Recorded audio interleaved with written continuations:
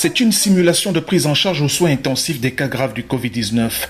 Elle se déroule dans des conditions proches de la réalité. Les médecins urgentistes et les paramédicaux étant quotidiennement au front de ce combat contre le virus mortifère, il leur faut bien plus que les fondamentaux d'une formation classique. Ici, les stagiaires sont dotés des équipements qui leur permettent de traiter un flux important de patients en réanimation. Ils bénéficient depuis quelques semaines de l'encadrement technique des médecins militaires de la coopération française. L'épidémie Covid met en tension les systèmes de santé, mais plus particulièrement les systèmes de réanimation.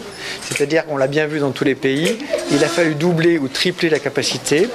Et en plus, ces soignants sont en première ligne. Les recommandations d'experts pour la prise en charge du syndrome de détresse respiratoire aiguë sont déjà bénéfiques à plus d'un, comme Dr Sakbo, qui sait désormais guider la prise en charge des sujets critiques.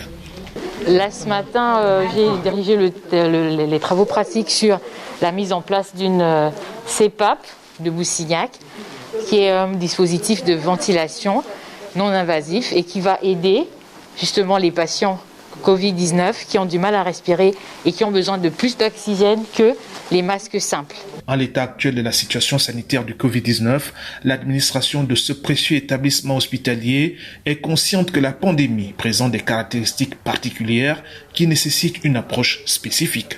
On les forme donc à l'habillage, donc pour pouvoir justement prendre en charge ces patients, pour on les enseigne à bien se protéger, pour ne pas qu'ils puissent être contaminés. Et en dehors de ça, donc on leur apprend également des grands gestes de réanimation pour la prise en charge des malades graves qui nécessiteraient donc d'être intubés, ventilés.